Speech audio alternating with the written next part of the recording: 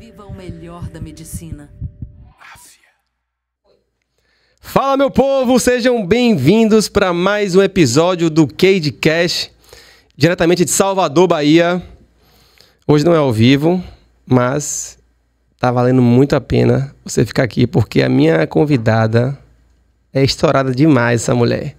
Foi difícil trazer ela aqui, viu? Bastou um WhatsApp. Essa mulher tem uma agenda, meu irmão. Ela é aquela pessoa que você às vezes acha que ela tá em dois lugares ao mesmo tempo. Você tá ouvindo ela no podcast, você tá vendo no canal do YouTube, aí daqui a pouco ela tá fazendo coletiva.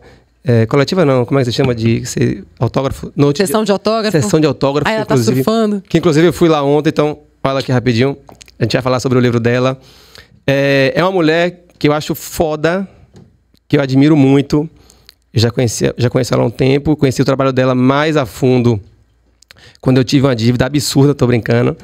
Mas quando eu conheci ela na internet, porque assim, ela é um fenômeno, né? E quando a gente conhece a pessoa, como eu tive a oportunidade de conhecer pessoalmente, aí você admira mais ainda, porque é uma mulher assim de uma simplicidade, de uma autenticidade.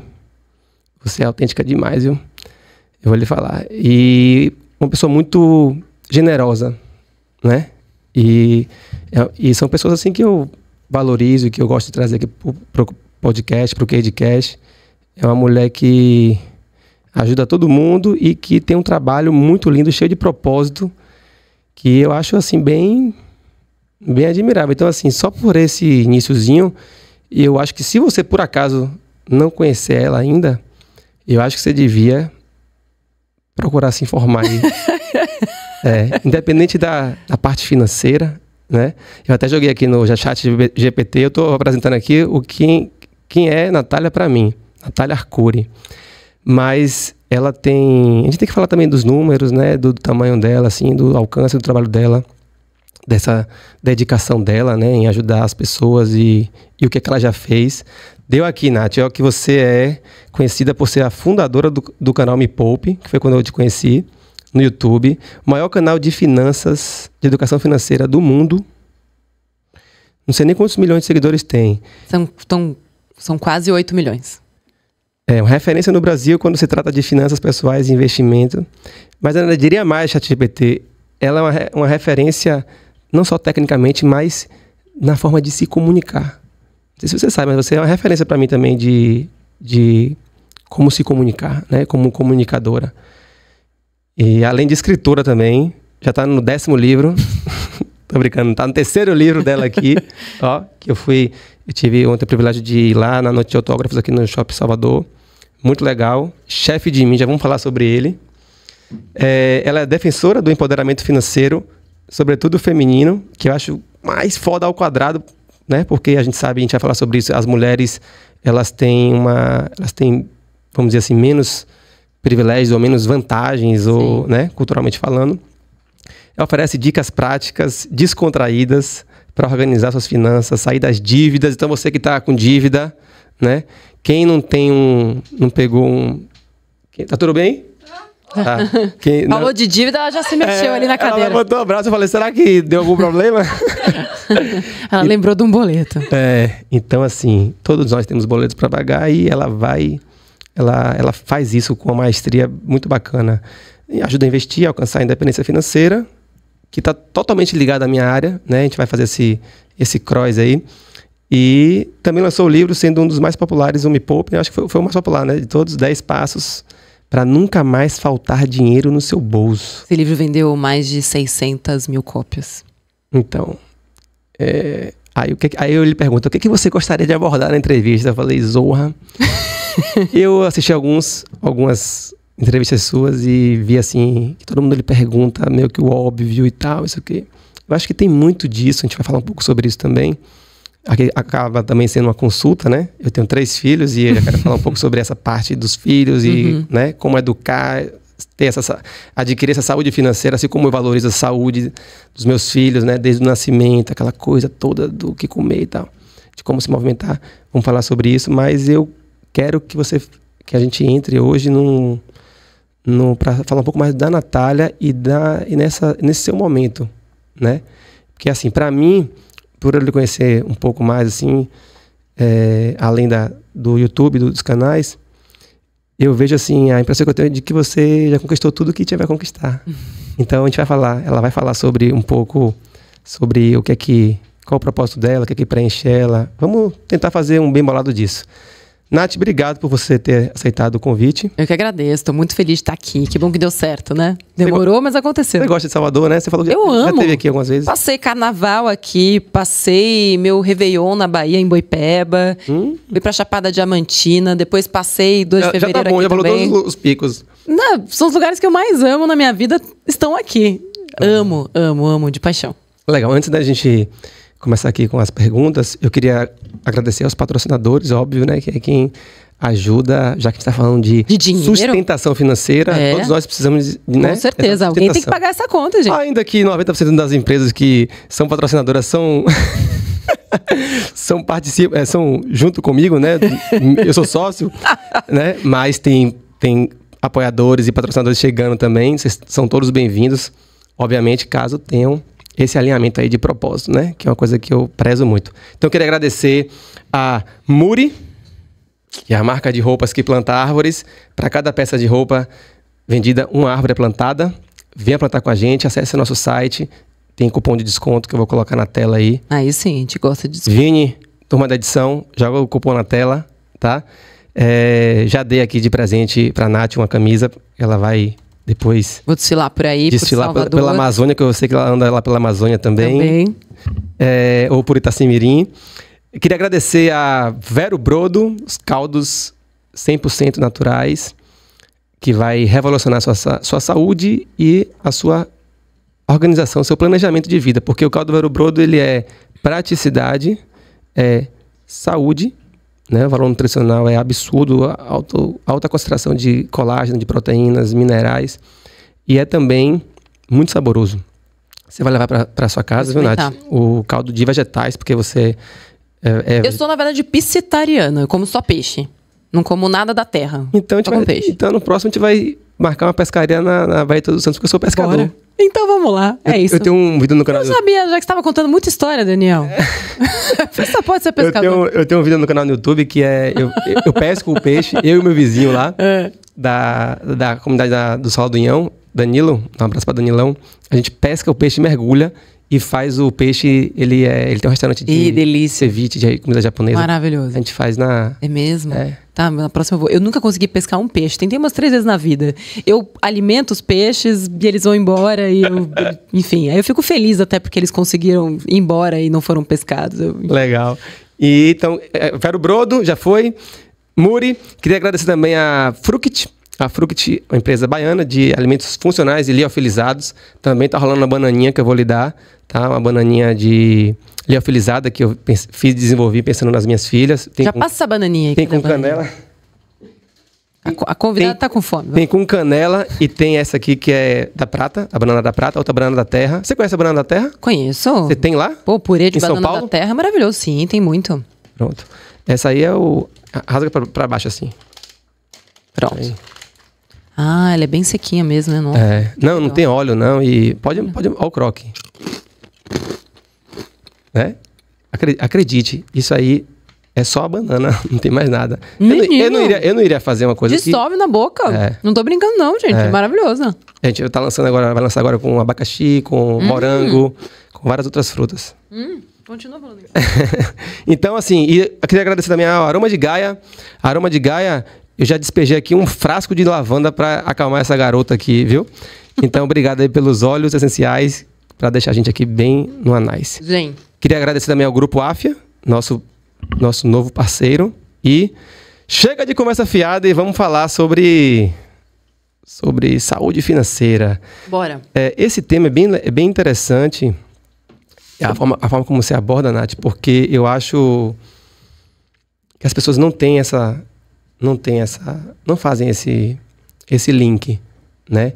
E um dia eu ouvi você falando uma coisa que eu achei muito top, é que você fala que, na verdade, você aprender a planejar, gerir, a ter saúde financeira, requer você fazer a gestão das suas emoções. Uhum. E quando você falou isso, Eu falei, porra, tá claro isso, né? Por que as pessoas não falam assim?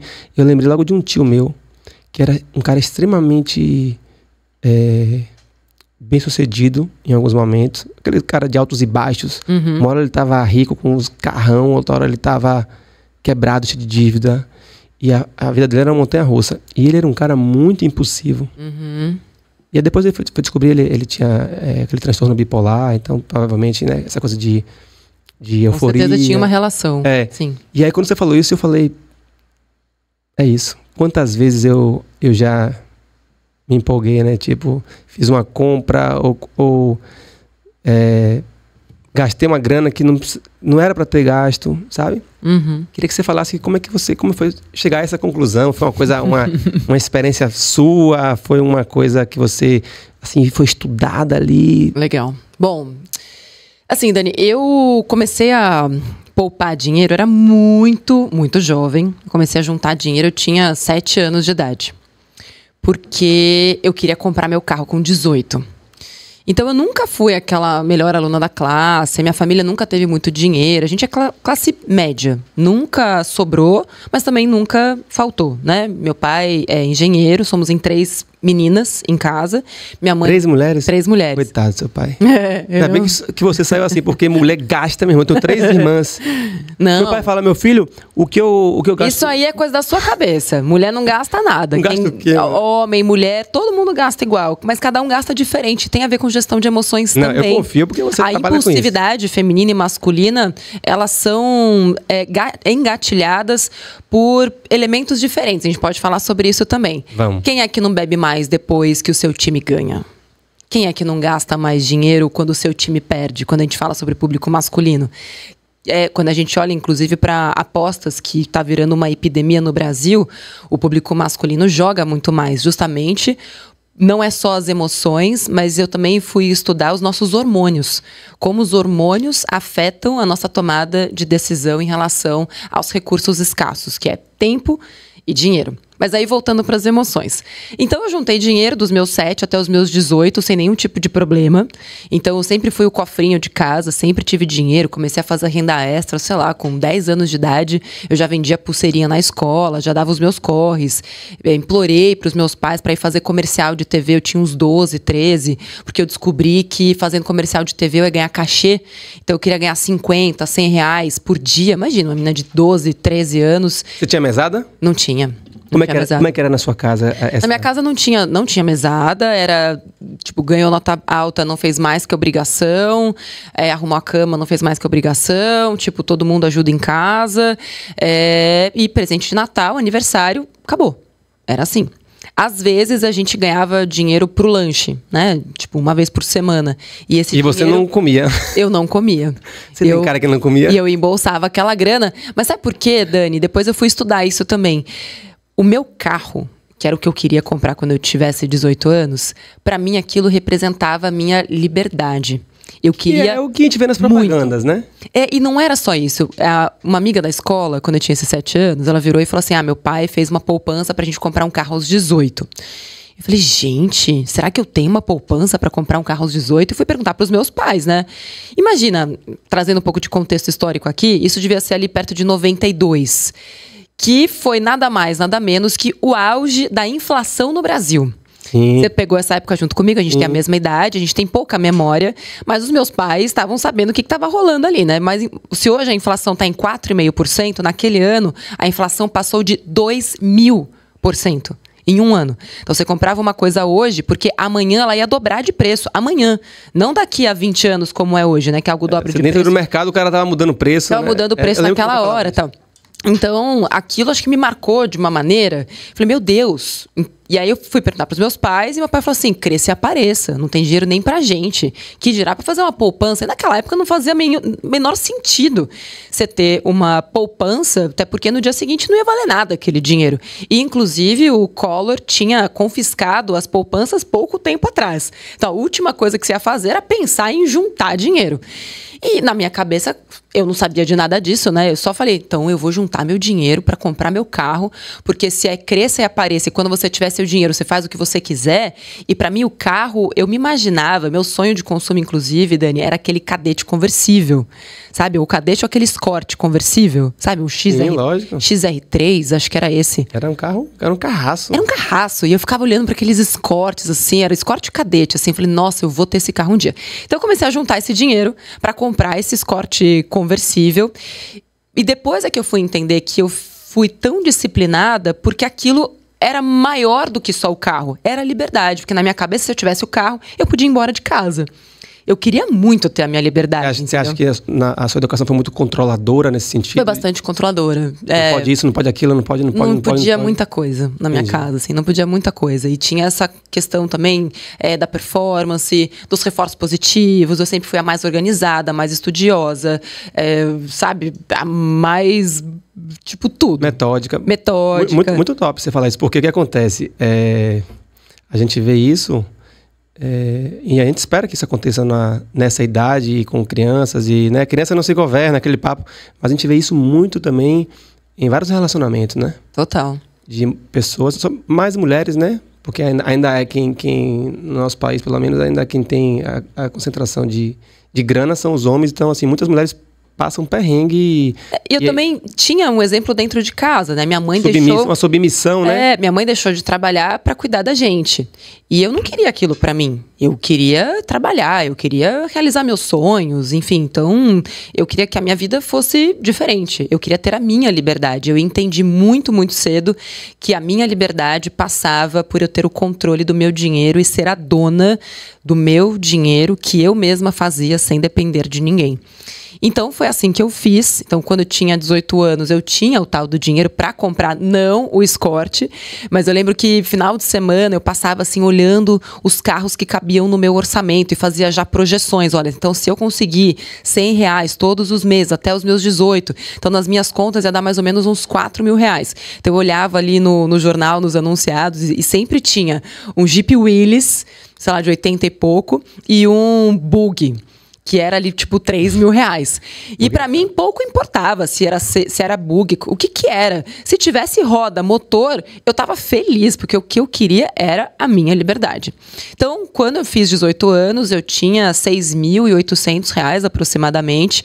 Por que você lembra disso? Porque minha cabeça, ela lembra de todos os números. Eu vou no supermercado, Dani, eu lembro do preço de tudo. Se você me falar quanto custa a banana hoje, eu nunca mais vou esquecer. É assim que funciona o meu cérebro. Você é terrível. Fazendo conta o tempo inteiro, né?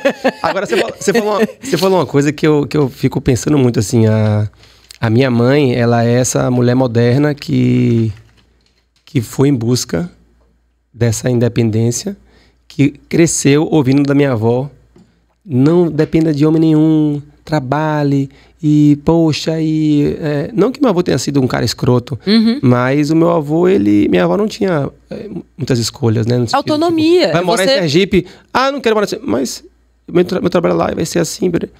E aí minha mãe, médica e tudo mais, uma mulher, inclusive ela é uma grande referência pra mim, de uma mulher autônoma, uma mulher independente. Eu nunca vi uma confusão, uma briga em casa assim, dos meus pais, de minha mãe baixar a cabeça, porque minha mãe era... Talvez não é à toa que eu tô junto com uma mulher foda também, né? Que é muito determinada e muito focada e independente. E eu acho foda que você ajude essas mulheres a se tornarem esse tipo de mulher. Mas em contrapartida, eu fico imaginando assim, me colocando no lugar das mulheres, também assim, do outro lado, uma dor que é... Você também teve a sorte de ter tido uma mãe em casa, cuidando de você, né? Presente e tal. Como é que eu não sei se você tem planos de ter filho, mas como é que é para uma mulher? Eu acho que dá para ter um equilíbrio e uma divisão, mas como é que é dividir essa coisa da mãe, da atenção da mãe, da presença da mãe sem terceirizar, e a mulher independente e tal? Por que eu tô falando? Porque os homens, a gente não pensa muito nisso. A gente não sofre com isso, né? E a gente meio que já se garante achando que não, tipo, fale com sua mãe, né? Tá com febre? Ó, mãe, né? Entrega pra mãe. Isso é da cultura. Eu fui educado assim. Eu tento o tempo inteiro sair dessa programação. Inclusive, isso é motivo muito da gente de conversar e tal. E Eu vejo que eu sou bem melhor do que meu pai em relação a essa coisa. Mas eu vejo que isso pesa para as mulheres. Isso chega muito para você, pelas suas alunas ou pessoalmente? Sim, eu não sou mãe. Eu acho que, inclusive, parte do... Por escolha, né? Por escolha. E acredito que parte do meu sucesso, digamos assim, tanto profissional quanto financeiro, essa ascensão que eu tive, comecei como repórter, como jornalista, fiz uma transição, né, para ser criadora, dona de empresa, influenciadora, especialista em finanças 10 anos atrás. E eu tive que focar muito na minha carreira, no meu negócio.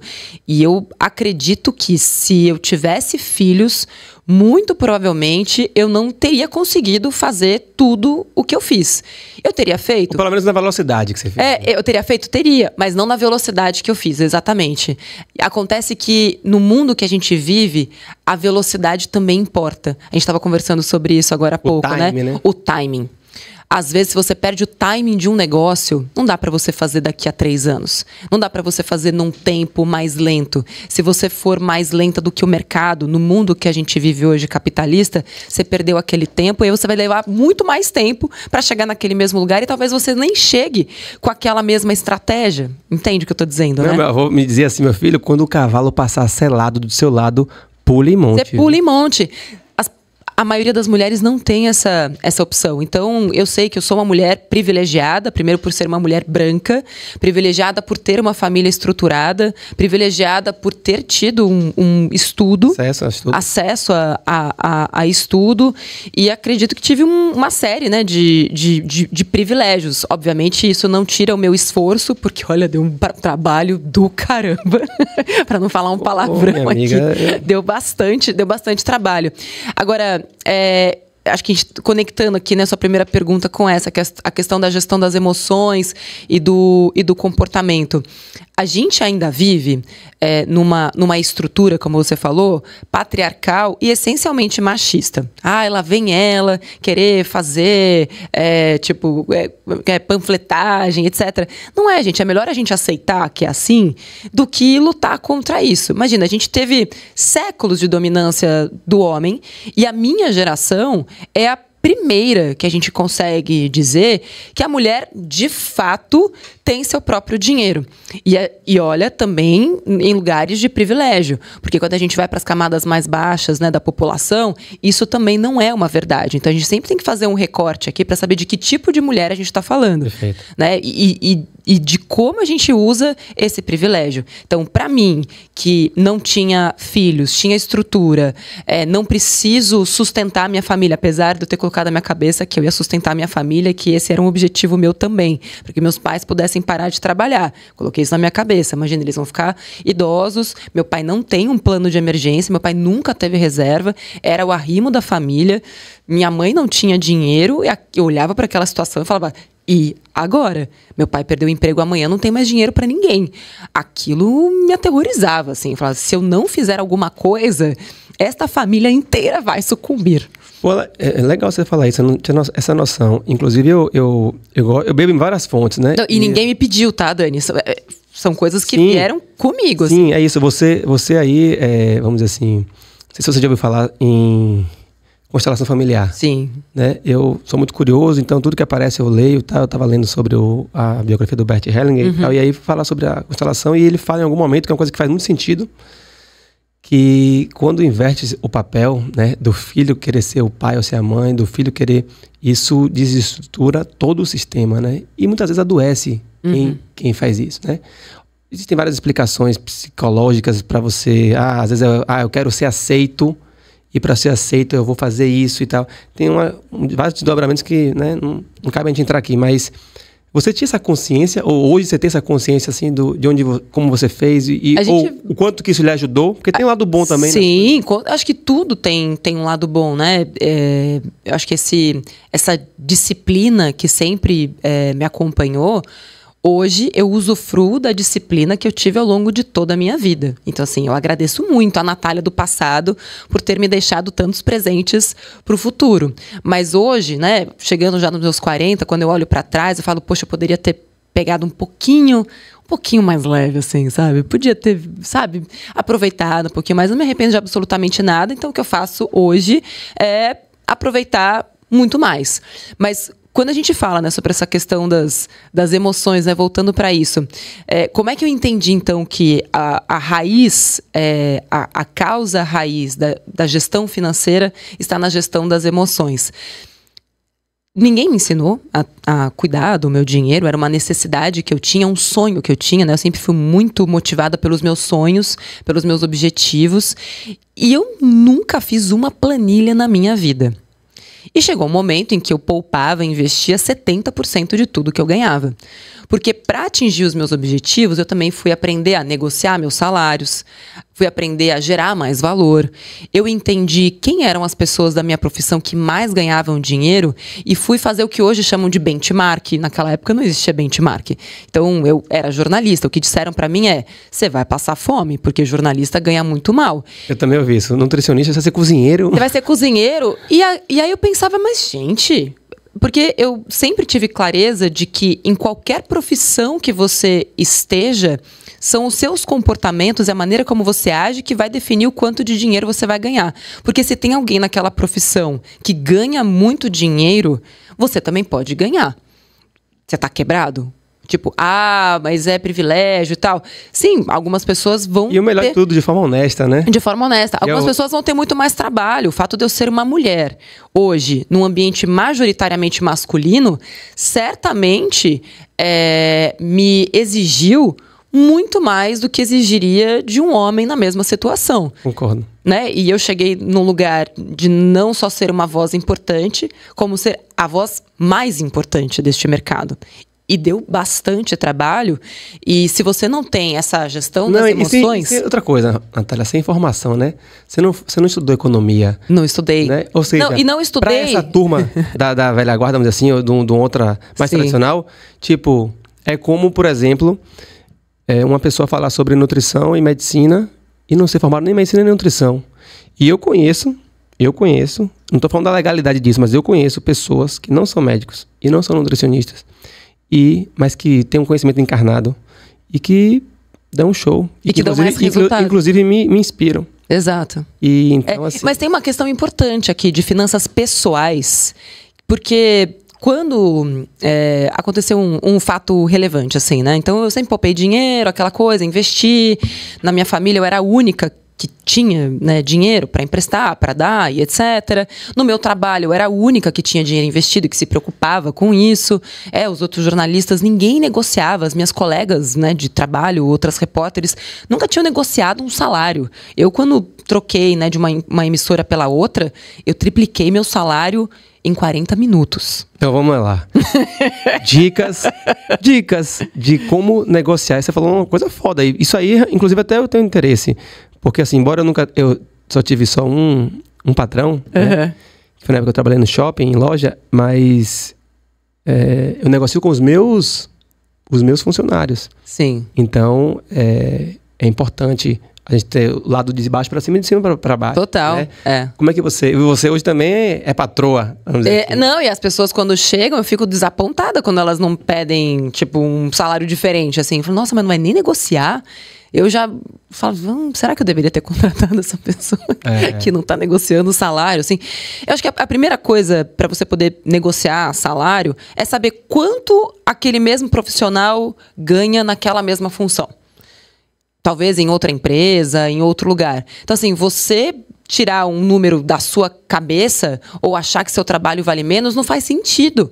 Então, o número que eu tinha na minha cabeça quando eu era estagiária e ganhava R$800 era o que eu havia escutado do salário do Bonner, que era, na época, R$60 mil. Então, ele era o teto. Aquele era o teto. E era aquilo que eu ia buscar. Eu falei, eu só vou sossegar quando eu ganhar R$60 mil.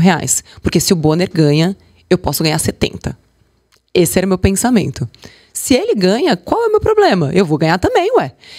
Então, quando eu tive essa oportunidade, eu estava trabalhando no SBT, inclusive eu tinha 2 empregos na mesma emissora. Eu trabalhava das 5 da tarde à 1 da manhã e depois das 9 da manhã à 1 da tarde. O que você tomava? Nada. Caso no cu, né? Eu não tomava nada. Cara, aquilo era meu sonho era ser repórter e Qual era a sua apresentadora. idade nessa época? Eu tinha 24. O meu sonho era ser repórter e apresentadora de TV. E aquilo estava cada vez mais perto. Então, quando me ofereceram um trabalho, finalmente, de apresentadora de um programa da tarde, mas eu era editora e produtora do Jornal da Noite, eu não pensei duas vezes. Eu implorei para a gestão do RH, do SBT, me deixar ter os 2 empregos. Eu falei, eu assino um acordo. Porque eles não podiam fazer aquilo. Eu estava fazendo um monte de hora extra. E eles não tinham nem como me pagar. Eu implorei, assim, para eles, pelo amor de Deus, me deixa fazer esse negócio. E eu sempre fui aquela pessoa que estava cutucando todo mundo na emissora, quando é que eu vou fazer, e grava piloto, entrega na mão das pessoas que ninguém pediu, aquela coisa assim, sabe? Enfim. E aí, eu tava lá com os meus 2 empregos, até que um belo dia, toco meu telefone, era o diretor de um programa chamado Hoje em Dia, Vildomar Batista, que você deve conhecer, inclusive. Aí, ele me liga e fala, seu nome foi indicado aqui, tal. Eu ganhava R$ 1.600. Com hora extra, dava uns 2.500. Às vezes chegava a 3.000 com adicional noturno. Isso era 2008. E aí, ele falou, então, a gente tá precisando de alguém para fazer a substituição da Ana Hickman e do Brito nos finais de semana para apresentar e para ser repórter, blá. Detalhe, eu não era nem apresentadora, nem repórter. Eu era mais ou menos um pouquinho de cada coisa, mas eu tava só começando, né? E aí, ele falou assim, a gente tem aqui R$6.000. R$6.000. Era mais que o dobro. Nessa época você se garantia, tipo assim, eu vou, ou rolava tipo assim, caramba. Não, vou te contar o que foi que eu fiz. Eu topei, mas agora e agora? Não, eu não topei. Eu falei, eu só vou por 10. Eu tenho R$6.000. Eu falei, sinto muito, não dá pra ir. Eu acabei de entrar aqui, e com essa voz, né?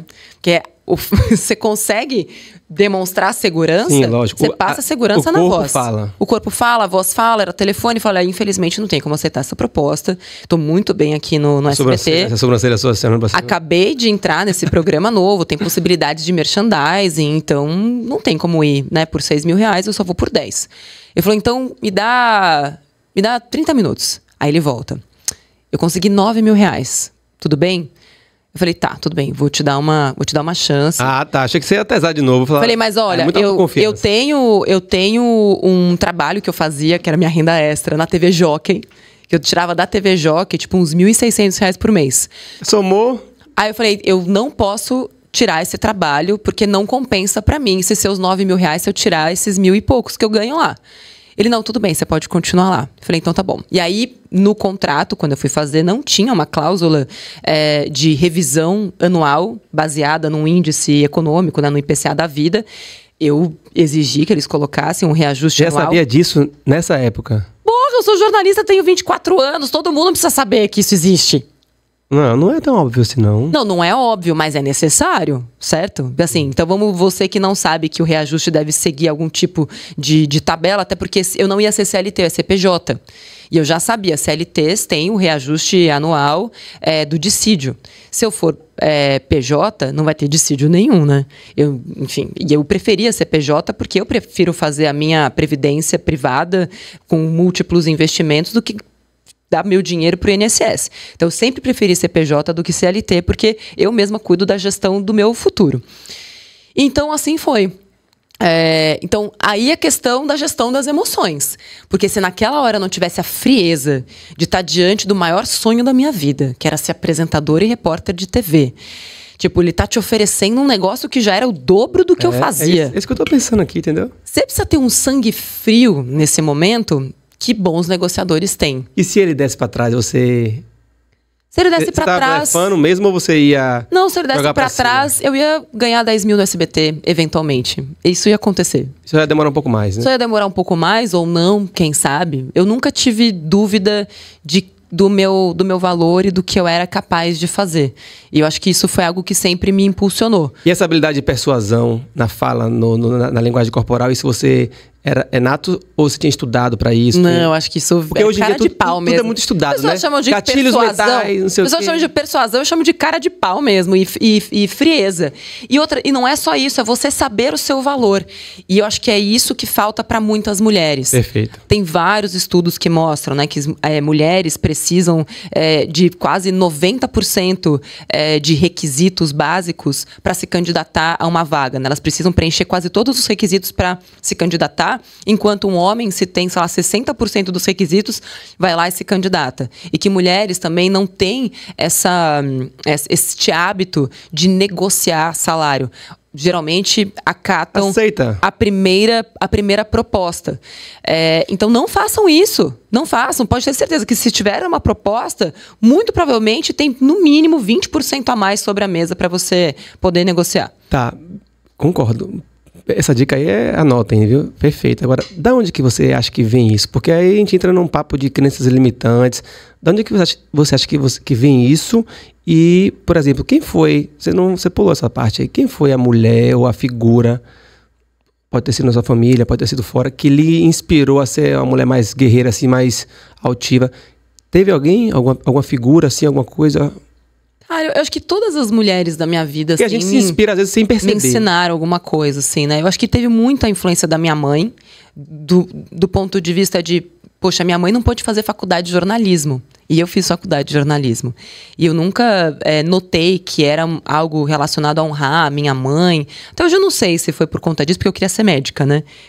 Fui fazer jornalismo porque eu queria fazer medicina, mas o meu TDAH não me permite passar num vestibular de medicina. Porque eu não gosto de estudar aquilo que eu não gosto de estudar. Então eu sabia que... E a minha única chance era passar numa faculdade pública. Minha família não teria a menor condição de pagar uma faculdade particular. Só que eu sempre gostei de estudar sobre medicina. Eu queria ser médica de estudo clínico de desenvolvimento de cura para doenças severas. Era isso que eu queria fazer. Então eu sempre gostei de estudar. Mas eu sempre gostei muito de escrever. Falei, então... E olha só, eu tinha, sei lá, uns 18 anos... Entrou. Tinha 18 anos, fui fazer meio que uma análise, assim, com os médicos que eu conhecia para saber se eles sabiam escrever sobre medicina. E de um jeito simples. Traduzir, né? Traduzir. E todos disseram que não. Falei, então, pronto. Eu vou criar uma assessoria de imprensa especializada em médicos. Então, entrei... Ou seja, já nichou. Já nichei. Já começou nichando. Já comecei nichando. E eu não sabia desses nomes todos. Eu acho que tem muita coisa que é intuitivo. Sim. Tem muita coisa que nasceu comigo mesmo. Concordo. E que foi... Agora, voltando às mulheres, né? Eu acho que muito cedo eu tive uma influência que pra mim foi muito positiva e que me colocou muitas coisas na minha cabeça, provocações na minha cabeça, que era uma das grandes companheiras, que era uma personagem chamada Mafalda. Comecei a ler Mafalda, eu tinha 8 anos de idade. E Mafalda, para quem nunca viu, né, uma personagem de um autor argentino, que é o Quino. E ela tem... da década de 60, 70, muito crítica à política, ao governo, à economia, aos pais, ao patriarcado. Então, Rebelde, né? Rebelde. Naquela época, rebelde. Não era a Turma da Mônica. E cabeçuda, assim. Eu lia a Turma da Mônica, mas eu gostava mais mesmo, era de Mafalda, das provocações que ela fazia. Então, Mafalda falava, né? Nossa, mãe, quando eu crescer, eu vou estudar para não ser uma mulher medíocre como você. E aquilo entrava na minha cabeça, eu falava, Deus, eu não posso ser uma mulher medíocre. Eu não posso depender do meu marido, eu não posso casar. Eu não quero casar. Eu não queria casar durante muito tempo. Isso não lhe traumatizou um pouco, não? Não, me deixou muito mais forte. Tipo, homem vai me botar uma âncora em mim, vai querer fazer. Mas não, depois né? essas coisas vão se desconstruindo com o tempo, né? Vai amadurecendo. Mas eu acho que aquilo foi um estímulo. A minha avó paterna, muito forte. Minha mulher muito independente, livre. Legal. Dona de si. Então, sobretudo mentalmente, né? Mentalmente. Então aquilo sempre me inspirou demais. Minha irmã mais velha também, tipo, uma mulher incrível, desbocada, inteligentíssima, sabe? Engenheira. Então eu acho que eu tive bons exemplos, assim, femininos pra seguir. Eu não tinha muitas referências fora daquele ambiente do meu lar, assim, né? Infelizmente. As poucas referências que eu tinha eram, inclusive, de jornalistas. Eu lembro que eu era muito fã da Márcia Peltier na época. Ela era, acho que, apresentadora de um jornal, tipo, da Manchete. A Hebe Camargo também era sinistra. A Hebe Camargo era sinistra. Eu lembro quando eu dei meu primeiro selinho na Hebe, assim, foi, nossa, uma das maiores emoções da minha vida. Assim. Mas você foi no programa dela ou você foi no... É porque eu era repórter, né? Ah, sim. E aí, o jeito... Eu comecei a criar. Assim, Dani, eu sempre criei. Eu nunca esperei ninguém abrir um espaço ou criar um espaço para mim. Eu sempre gostei de criar meus próprios espaços. Então, quando finalmente eu consegui ir para o jornalismo do SBT, não tinha espaço para eu ser repórter. Mas me ofereceram uma cadeira lá de fofoqueira do Jornal da Manhã. Eu fiquei super triste. Eu chorei aquele dia. Mas falei, mas se é isso que o universo tá me dando, é isso que eu vou pegar e vou fazer o melhor quadro de fofocas que já existiu no SBT. Em vez de ficar falando, tipo, de celebridades, etc, eu falei, eu vou criar uma espécie de um video show aqui no SBT. Não existia aquilo. Então eu pegava os rabichos de equipe que tinham e ia gravar os bastidores dos programas ali do SBT. E aí este quadro virou o quadro de maior audiência. Mas o que você trazia dos bastidores, assim? Como que era a gravação do programa da Hebe? Como que era a gravação do programa da Praça é Nossa? Enviesava pra que lado? Não pra parte superficial de picuinha, de... Não, nunca. Deus que me livre. Você tem eu sou elegante. Você é muito criativa também. Eu detesto sensacionalismo. Eu sempre me neguei a fazer reportagens sensacionalistas. As minhas reportagens na Record, que às vezes é uma emissora sensacionalista, eu sempre procurei fazer reportagens que entregassem tanto para o público quanto para os personagens algo do qual eles poderiam se orgulhar depois e mostrar para suas famílias, assim, e do qual eu poderia me orgulhar, sabe? E nunca deixei de olhar para performance. Então essa coisa de canal do YouTube, de performance, de dados, eu peguei na minha época de repórter, porque eu fazia a matéria e no dia seguinte, quando ia ao ar, eu tava lá de frente pro Minuto a Minuto pro Ibope. Tá, mas quando foi que você percebeu que o mundo digital era o caminho? Você não tinha um outro caminho? Foi tipo assim, o único caminho? Foi ou quando você... a TV... Ou foi estratégia? Falou assim, não isso aqui vai crescer... A TV fechou as portas pra mim por 3 anos. Eu tentei tudo o que você possa imaginar. Eu sugeri um reality show em 2012. Nesse reality, eu queria pegar pessoas endividadas e transformá-las em investidoras. E eu já estava na TV, eu já estava na Record. Gostaram tanto da ideia. E você guiando essas pessoas. E aí eu ia fazer essa reforma da pessoa, porque eu sempre adorei esses realities de reforma. Pega a casa destruída e deixa a casa linda, pega a pessoa hiperobesa e deixa a pessoa saudável. Eu era apaixonada, falei, gente, se a gente tivesse um reality que pega a pessoa quebrada e deixa essa pessoa investidora, quem que não vai querer ver isso? Na minha cabeça era tipo óbvio, não, claro. Mas o que eu vejo como mais intrigante e mais curioso é que é uma mudança que não muda o botão da calça, não muda por fora, muda por dentro, né? Muda por dentro, mas muda por fora. Não, eu digo porque assim... até a cara da pessoa muda quando ela tá tranquila. Sim, mas eu digo o seguinte, não é tão perceptível... É mais difícil de você mostrar. Não é como se você, por exemplo, eu, que vendo saúde, vamos dizer assim, se eu não proporcionar para aquela pessoa alguma mudança física, ela não consegue, se ela não sentir que ela está mais saudável, que seja uma dor de cabeça, um refluxo, ou uma barriga estufada, ou um botão da calça que não entra a roupa, se eu não conseguir proporcionar um mínimo disso, ela não acredita, ela não vai. Acontece que com finanças ela vê inclusive todo dia, porque antes você tinha menos 70, agora você tem mais 10. Essa é a primeira barreira só, né? A primeira barreira de não acreditar nessa menina aí. Tudo é inércia. Assim, quando a gente consegue romper essa barreira da inércia, que é aquele peso que você está há muito tempo naquele mesmo lugar, e foi isso que eu comecei a desenvolver técnicas estudando a ciência do comportamento. Por que aconteceu? Aonde foi que você foi estudar isso? Mas por que aconteceu? Quando eu sugeri esse reality, falar assim, Natália, a ideia é tão boa que outra pessoa vai fazer no seu lugar. Falaram isso? Não só falaram, como foram fazer. O piloto. E fizeram? Fizeram um piloto. Mas, eu, com essa minha mentalidade, perguntei o seguinte, por que ele e não eu?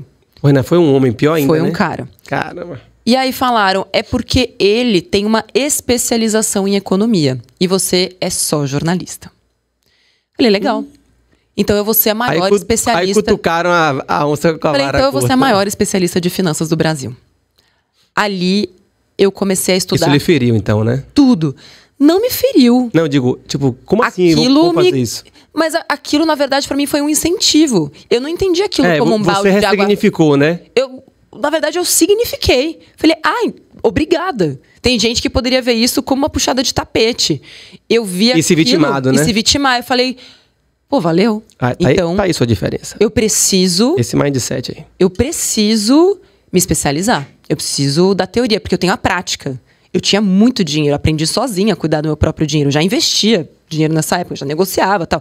Mas eu tinha conhecimento empírico, mas eu não tinha o teórico e não tinha as validações. Então, a primeira coisa que eu fui fazer foi ganhar um prêmio. Em 2014, eu ganhei o Prêmio Brasileiro de Planejamento Financeiro Pessoal, depois de passar por um curso do INSPER. Peraí, eu só não entendi essa saída da TV. Você saiu do pedido de demissão, foi? Não, aí eu fiquei... Porque falaram, você não é especialista. Isso era 2012. Aí você... Aí eu falei, então aconteceu. calma lá. Então peraí que eu vou virar especialista e já volto. Ah, aí você continuou no Continuei na trabalho. TV e tal, papapá. Vocês vão ter que me engolir. Vocês vão ter que me engolir, então calma lá. Criei o meu próprio projeto, coloquei na Biblioteca Nacional, criei meu reality show. Registrou, né? Registrei o meu reality show. Porque Custa muito pra fazer isso? Quase nada. É bem baratinho mesmo. Registrei, pedi ajuda, né, para um amigo meu, cineasta tal, para colocar isso no papel de uma forma estruturada. E comecei a bater em todas as produtoras que você possa imaginar na sua vida. E todas as emissoras de TV. E todas fecharam a porta na minha cara. Todas, sem exceção. Quando chegou... Mas ela não desiste. Eu não desisto. Aí bota a música aí. E aí, quando chegou 2014, já estava quase 3 anos, né? De não. Eu já era especialista, já tinha feito minha especialização. Comecei a me especializar em finanças comportamentais. E por quê, Dani? Quando falaram que eu não era especialista, eu falei, bom, eu tenho que fazer um curso de economia, né? Mas eu nunca aceito a primeira resposta que vem na minha cabeça. Eu falei, deixa eu ver como é que estão os economistas. Como está a vida financeira dos economistas? E tinham vários falidos. Falei, bom, então acho que não é a economia que vai me ajudar a ajudar as pessoas. Eu preciso de algo que seja mais prático, mais focado Legal isso. em mudança financeira real das pessoas de verdade. E aí eu comecei a investigar e descobri poucos cursos que tinham na época. Um deles era um curso do INSPER. Tem uma certificação chamada CFP, que é o Certified Financial Planner. E aí falei, bom, vou fazer a especialização para CFP. Isso você fazia, tipo, à noite? Estudava... À noite, final de online, semana. né? Não, era presencial naquela época. Legal. Então saía da TV. Ou seja, você tinha que se desdobrar nisso. Esse né? curso era à noite. E a rotina da TV, ela é bem puxada, né? Enfim, fui cobrir Fukushima. Depois tem várias outras histórias. Aí... Louca. Aí... fiz. E eu sempre assim, ó, agora dá pra fazer? E esses cursos lhe ensinaram mesmo? Você sentiu assim, tipo... Muito. Porra, Muito. Foi Porque o que eu precisava, né? Não tinha, de fato, a teoria. E foi lá que eu descobri um negócio chamado economia comportamental ou psicologia econômica. E foi aí que minha cabeça explodiu, porque eu sempre acreditei que não era sobre matemática ou sobre exatas. Era sobre humanas, porque eu nunca fiz uma planilha na vida e tinha mais dinheiro que todo mundo. Então ninguém ia me convencer que ter dinheiro era uma questão matemática. Eu era péssima em matemática, mas para dinheiro eu era um gênio, entendeu? Então é uma questão de comportamento. Legal você falar isso, porque é mais ou menos o que eu vejo com a psicologia positiva, por exemplo, né? Que a psicologia passou anos e anos falando da doença. Exato. Né? E dos transtornos. E a psicologia positiva vem com um outro olhar, né? Um outro olhar. E aí... não que o outro não sirva, mas Sim. É a mesma coisa também da nutrição, que ficou muito tempo e ainda está muito tempo na coisa do...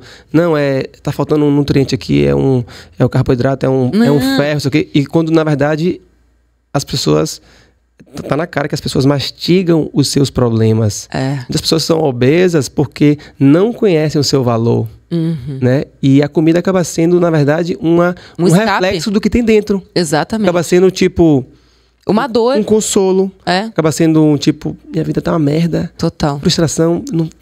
Nada que eu criei, realizei. Então, eu vou comer isso aqui, eu vou preencher esse vazio. É isso aí. existencial. E com dinheiro é muito parecido. E aí a psicologia econômica me explicou os porquês. Porque a pergunta que não saía da minha cabeça é: por que as pessoas, mesmo sabendo que elas precisam gastar menos do que elas ganham, continuam repetindo esses equívocos over and over and over? E não é assim, uma questão de quem tem mais dinheiro que faz isso. Não, gente. Eu rodei o Brasil. Eu rodei o Brasil inteiro como repórter. Eu posso dizer pra você, tem gente miserável? Tem. Tem gente muito pobre que tá trabalhando 100% na escassez, que não tem como, de fato, fazer esse gerenciamento financeiro? Claro que tá sobrevivendo, né? Não é dessas pessoas que eu tô falando. Tô falando de muita, mas muita gente que tá lá ganhando seus 2 salários mínimos e comprando tênis de R$800. Aquilo não entrava na minha cabeça. Celular, né? Como uma pessoa que ganha, naquela época, né, vai ser os R$1.000, R$1.500, tá se endividando pra comprar um tênis de 400, sendo que ela poderia comprar um no brechó de 50, que era o que eu fazia, inclusive. O que esse tênis de 400 está abastecendo? A que ele está servindo? Ele está servindo alguma coisa. Então, ele estava servindo a uma emoção reprimida, a uma necessidade de mostrar para a família, a uma necessidade de mostrar para minha filha. Não, para minha filha o quanto eu amo ela, comprar tempo com a minha família, comprar minha culpa. E eu comecei a perceber isso muito intuitivamente. É legal. Então a psicologia econômica me deu os porquês, mas ela não me mostrou como mudar. E aí eu fui atrás de... Essa inquietação sua lhe gerou você encontrar essa didática. Eu entendi por quê. Ok, e tem vários vieses cognitivos, a psicologia econômica explica tudo isso. Mas como é que a gente muda essa chave? E aí eu fui buscar outras teorias, explicações mais práticas. Então eu fiz 3 especializações em coaching, entre elas o coaching de psicologia positiva. Comecei a estudar neurociência, neuroeconomia, arquitetura de escolhas. Eu comecei a consumir direto da fonte. Então eu nunca li nenhum desses livros, tipo, falam desses aí, Pai Rico, Pai Pobre, nunca li. Nunca li nenhum deles, porque o que eu queria era ir direto na fonte das pesquisas científicas. Até influenciaram esses caras escrevendo esses livros. Exatamente, eu não queria ser influenciada por eles, eu queria ter as minhas próprias ideias, porque algo dentro de mim dizia que, pelo fato de eu ser uma mulher num setor masculino, se eu bebesse de fontes já existentes, iam dizer que eu estava plagiando. E eu não queria correr esse risco. Eu queria pensar com as minhas próprias ideias, fazer do meu próprio jeito. E se desse errado, ótimo. Mas eu sabia que não ia dar. Eu não coloquei outra opção na minha frente a não ser dar certo. E a minha meta... Aí, bom, vamos lá. Como é que foi que eu saí da TV? Um belo dia, eu tava lá, comendo, né, o pão que o bispo amassou, tipo, ninguém acredita em mim, cheguei a gravar um piloto, mas que aí mudava de direção, era mais um não. Natália, seu quadro não é importante. Eu ouvia isso, tipo, dia sim, dia não. Pô, quando é que a gente vai gravar? Isso ganhando os 10. Isso... Com os 2 empregos. Ganhando... Não, eu tive que sair da TV Jockey. Então era 9. Não, nessa época, como já era ali, tipo, 2014, eu tava ganhando uns R$11 mil por aí, porque tinha correção. Eu tô pontuando tinha uns R$11 mil. Pra poder, né? E era bastante dinheiro. Eu ganhava muito dinheiro. Pra minha família, era muita grana. Tipo, eu ganhava quase a mesma coisa, né? Sei lá, que meu pai, assim, ganhava mais dinheiro.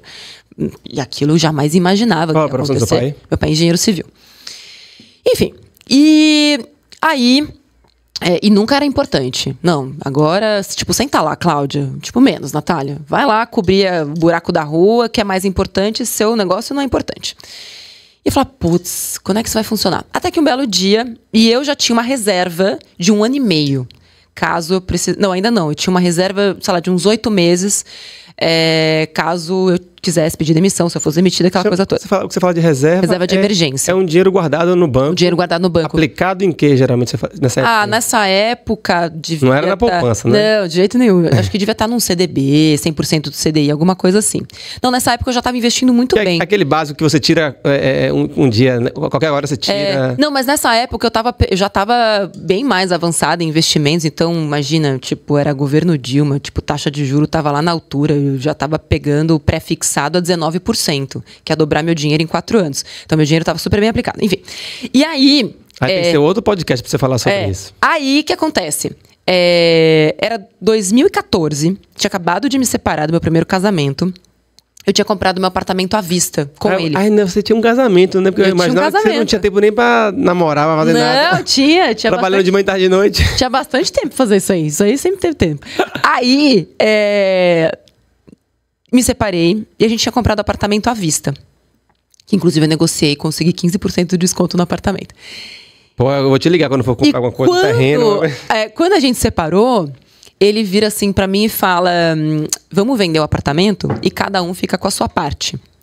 Acontece que naquela mesma semana eu estava fazendo uma reportagem sobre violência doméstica. E eu descobri que 70% das mulheres que se submetem a esse tipo de relacionamento ou que são obrigadas a conviver com um parceiro violento, e inclusive, infelizmente, muitas chegam a morrer, não saem dessa situação por dependência financeira. E aquilo... Mas você não chegou a viver isso, não? Não, nunca vivi, nunca vivi. Mas foi o fato desses dois eventos estarem acontecendo ao mesmo tempo. Porque na hora que ele fala isso pra mim, eu vejo que eu tenho dinheiro pra comprar a parte dele. Você se colocou no lugar de quem não tem, né? E que eu não ia precisar voltar pra casa dos meus pais, ou que eu tinha condições de bancar a minha liberdade, e vi aquela mulher, eu tenho que gravar aquela mulher com o rosto coberto, distorcendo a voz dela. Porque se a gente mostrasse a voz no lugar onde ela tava correndo risco de morte. Aquilo, Dani, sem brincadeira, bateu dentro de mim. Tem gente que fala de um momento clique. Esse foi o meu momento clique. E aí, você tem que tomar cuidado com as coisas que você promete, com seus pactos, né? Você fala, de onde vem isso? Eu prometi pra mim mesma que eu ia dedicar todos os dias da minha vida a fazer com que mais pessoas, e principalmente mulheres, tivessem a liberdade que eu estava tendo naquele momento de sair de qualquer tipo de relação através dessa liberdade. Foi, então, assim, o maior combustível, né? Porque já tinha do seu pai dizer... não sei o quê. Aí você, né? Quando você tiver, você compra. Teve o trabalho, né? A emissora. Que não, você não é especialista. Sim. E então isso aí foi tipo... E ali eu criei coragem faltava, né? de onde não tinha, porque eu tinha medo, ganhava super bem. Como assim você troca um crachá por algo que você não sabe o que é? E fiz um blog. Mas você foi aos poucos, você não largou o certo pelo duvidoso. De jeito nenhum. Então, eu vejo que você fala muito isso, né? Criei uma reserva de emergência de 1 ano e meio. Então, isso foi 2014. Então, durante 1 ano, reduzi meu padrão de vida ao mínimo que eu podia. Chegou a vender carro, fazer coisas assim? Não fiz isso. Eu só comecei a poupar 70% que eu ganhava, como eu ganhava muito bem. Comprar menos, jantar menos, sair menos. Né? Consumir menos. Consumir menos. Então, juntava e investia. Fiz uma reserva de 1 ano e meio. Comecei a já fazer meu canal do YouTube e meu blog, os dois ao mesmo tempo. Eu mesma fazia, então eu trabalhava na TV 8 horas por dia. Depois eu trabalhava pro meu site, né, pro meu canal do YouTube, mais 3 horas por dia. E de sábado e domingo eu gravava e editava. E eu fiz isso durante 1 ano. E quando foi que deu o diagnóstico de hiperatividade? Foi semana passada.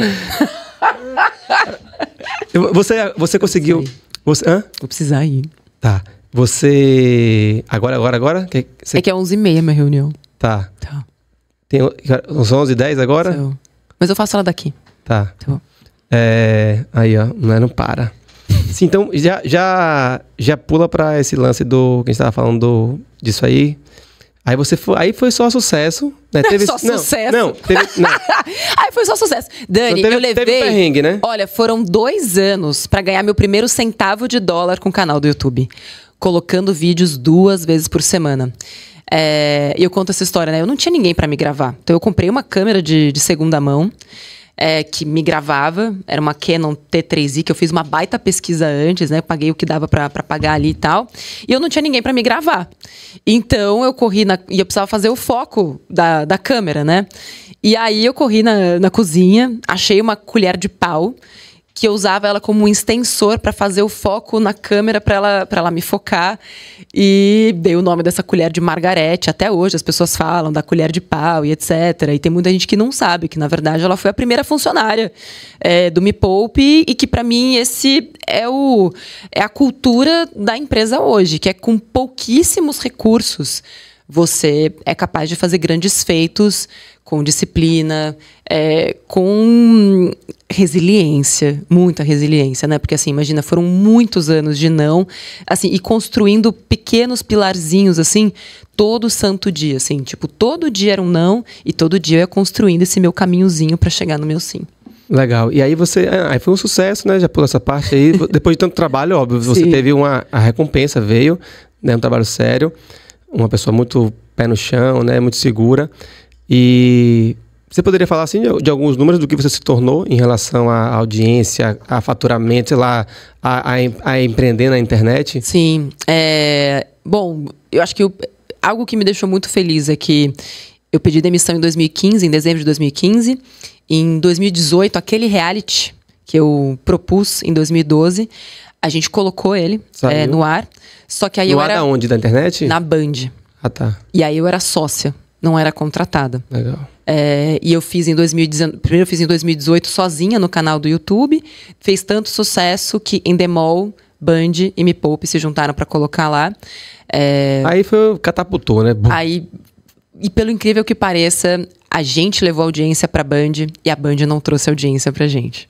Entendi, e pra mim foi quando eu percebi, caramba, eu construí um negócio grande de verdade. Você viu que a internet era que era um negócio... Uma fonte pouco estrondoso. E que eu não precisava daquilo. Eu me libertei da história da TV, sabe? Que durante muito tempo, eu continuei fazendo o canal do YouTube para que a TV me visse.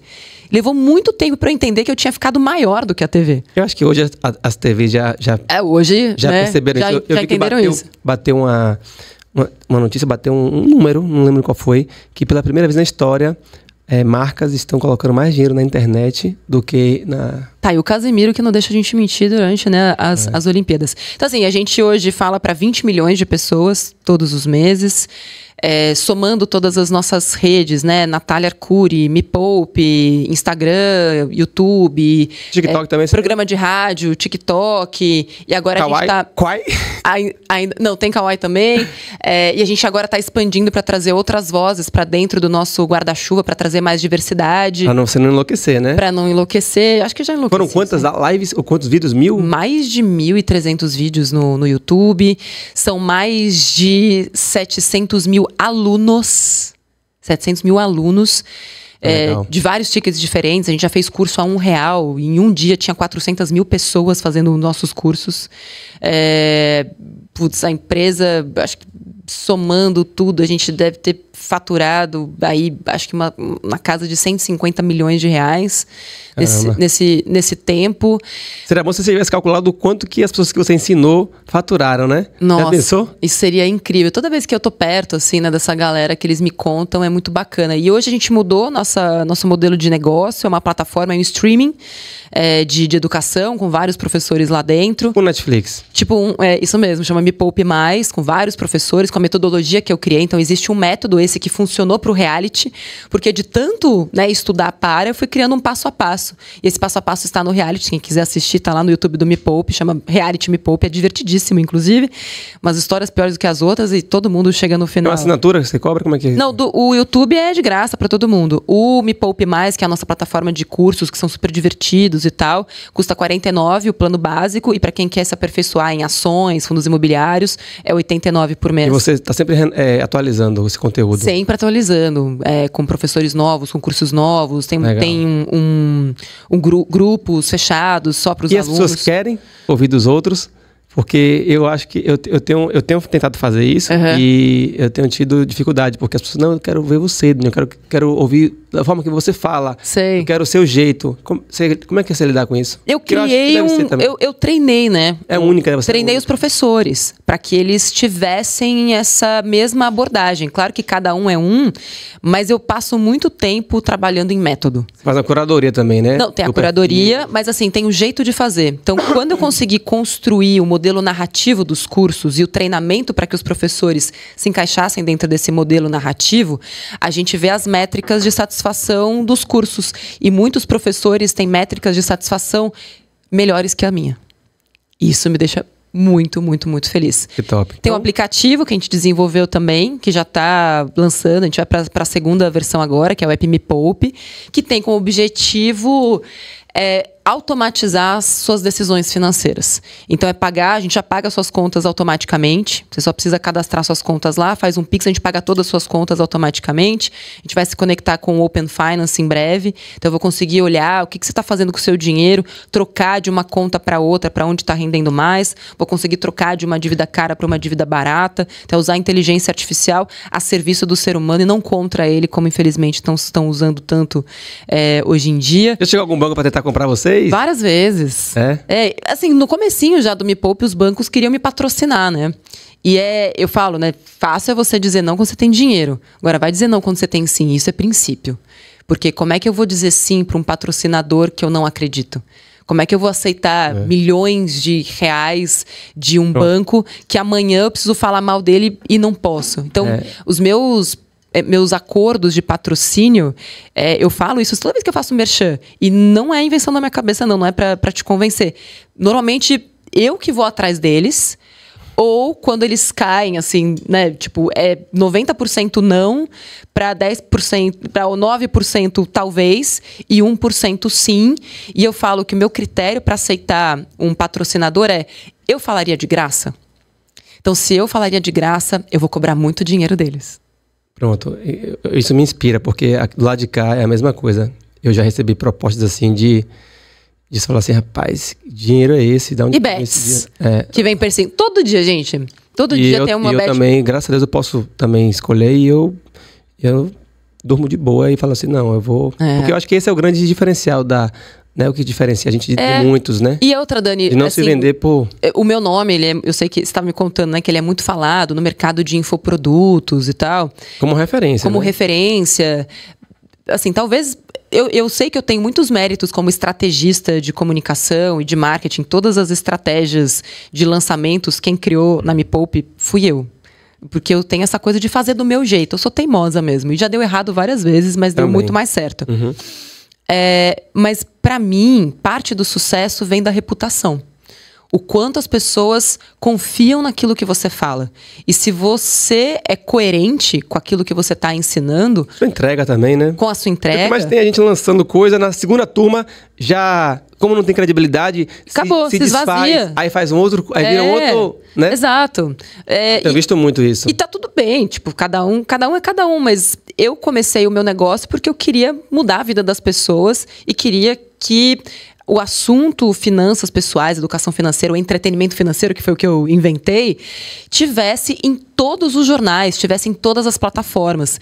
Então, hoje, o que me dá um pouco mais de sossego, inclusive para eu conseguir descansar, é saber que o meu maior sonho, que era... Eu não queria ser a única.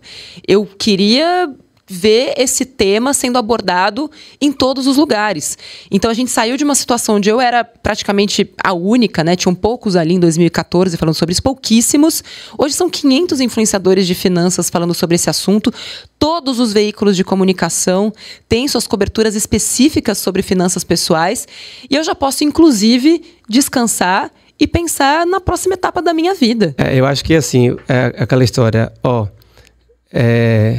ela fez o que todo mundo achava que era impossível. Agora que ela já fez, você vai servir de modelo para... Eu acho que isso vai ficar para a eternidade, né? Tipo, porra, aquela ali foi a primeira, talvez seja a primeira cantora, né? Eu tive que plantar o mato. Falar... E aí, trazendo para esse contexto, já finalizando aqui, você tem tempo, horário, 11h20. A gente tem... quais são os seus planos, né? Que nova fase é essa? E ainda tem algo que... falta você preencher? Tem alguma coisa que você... Ou você não está nem pensando nisso? Como é que você está vivendo? O que está lhe movendo agora? Olha, Dani... Você deixou esse legado todo e as coisas estão funcionando. Total. E está andando por si só. Exato.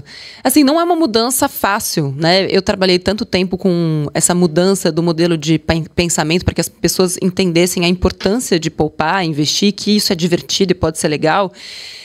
E agora eu estou numa fase de mudança do meu próprio modelo de pensamento. Porque, como você pode perceber, eu sempre trabalhei com um modelo... programado ali, né? Objetivo, metas. Plano, cumpre. Objetivo, plano, cumpre. Então, é a primeira vez na minha vida que eu não tenho meta nenhuma. E como é isso, sentir isso? Não dá Cara, não num dá primeiro momento é um pouco assustador. Não, tá tipo assim, tô fazendo nada. Uma ansiedade pra comer. Eventualmente você começa a colocar trabalho de novo, que é o que aconteceu comigo, e que eu já tô me reajustando de novo pra tirar esse trabalho daqui, pra poder simplesmente usufruir daquilo que eu construí. Não só do legado de transformação, mas também do patrimônio, porque eu sempre ensinei às pessoas que a ideia é que o dinheiro seja um meio, para que elas sejam livres. Então, eu acho que o melhor legado que eu posso fazer agora para todo mundo é mostrar, assim, eu construí esse legado, construí meu patrimônio e agora está na hora de eu ser livre também. Eu já construí do seu próprio patrimônio, né? Do meu próprio patrimônio e poder fazer coisas que eu nunca pude fazer na minha vida. Ou nem tinha espaço para fazer. Não é que eu não pude. Eu sinto que eu não abri mão de absolutamente nada. Eu simplesmente estava olhando para um outro lugar, que era gerar uma mudança gigante na cultura de um país e que agora eu sei que está bem encaminhado, deixei uma empresa bem encaminhada e agora é isso, cada dia é diferente. Agora é surfar, agora é namorar, agora é curtir a vida. Você assim. tem desejo de formar família, ter filhos? Tenho, Dani, mas assim, meus pensamentos, né, como aquariana, tudo isso vem do signo, né, que sou aquariana, de 8 de fevereiro. Então eu penso assim num modelo diferente, eu quero ter uma família nômade, sabe? Viver um ano em cada lugar, sabe? Legal. Meus filhos livres, uma educação diferente. Eu não faço ideia de como vai ser, não tem nem pai ainda para essas criaturas, né? Enfim, estamos abrindo aí processo seletivo. Nath, muito legal.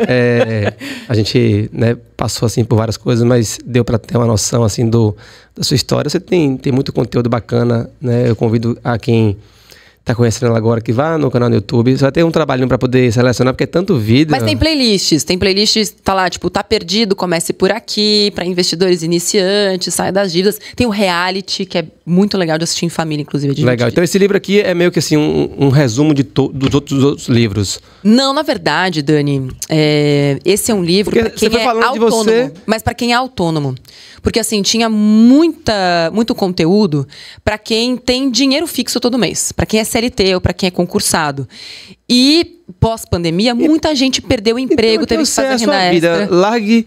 Eu acho que a sua mensagem que você passa subliminar pra mim pense além, né? Saia da zona de conforto e seja autônomo, abra seu negócio, empreenda. Mas aprenda a fazer do jeito certo, que esse livro ensina de forma bem prática, assim, separar CLT do PJ, o que você precisa, para onde vai a conta de cada um, como é que você faz para cobrar dos seus clientes, como é que você arruma contratos, quando é hora de pedir dinheiro emprestado, como trazer sócios para o negócio, como organizar a família. CPF de um lado isso aí. E o PJ do outro. É isso aí. É isso aqui. Duas pessoas ocupando o mesmo ser. Massa. Queria lhe agradecer por ter vindo aqui no CageCast, pela sua simpatia, generosidade, né?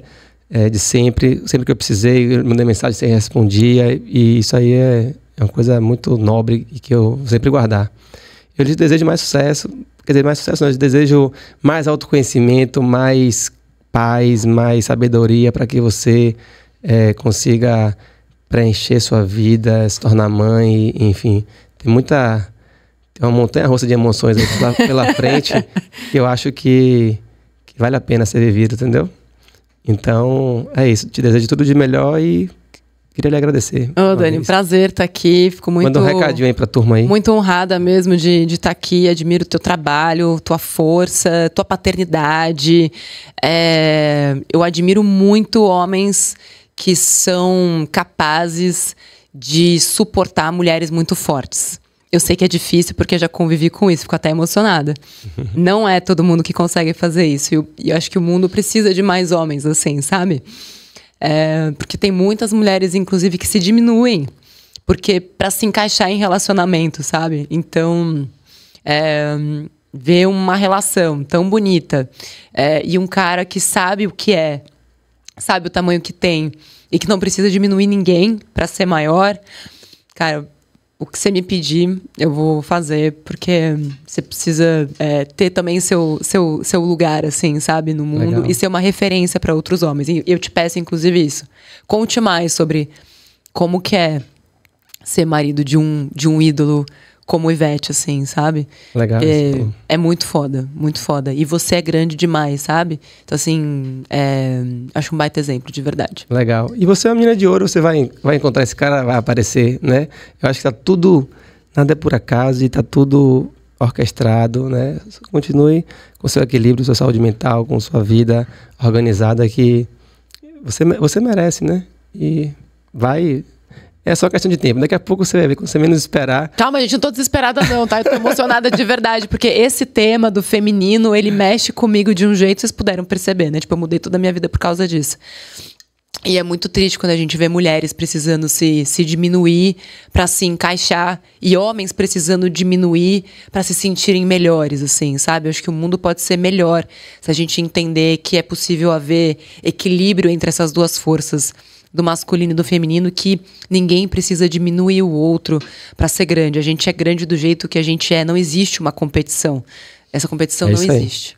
Então... Esse é o segredo. Esse é o segredo. De uma relação a dois. É isso aí. Bom, gente... E amiga, obrigado. Eu que agradeço. Viu? Fica à disposição aqui do que você precisar de mim, do canal e de divulgações e de livros. Eu preciso só de mais banana igual essa, que eu adorei. Os meus dias de surf são maravilhosos. Valeu. Gente, não esquece, ó. Eu vou deixar... Posso deixar o link do Me Poupe Mais aqui embaixo? Lógico. Quer aprender a ganhar? Tô até chorando aqui. Ó, chorando pra você mudar sua vida financeira. O link tá aqui embaixo. Vai lá no Me Poupe Mais. Vou deixar o link aqui com desconto pra galera aqui do Cade Cash. Vai lá. Valeu, pessoal. Obrigado. Ó, né? Tem como não ser fã. Acompanhem o trabalho dela e se inspirem, porque tem muita coisa bacana e vale muito a pena. Valeu. Até a próxima, se Deus quiser. Muito obrigado. Beijo. Ó, eu entreguei no tempo certo. 11h28. Maravilhoso. Você quer fazer aqui ou você quer fazer lá?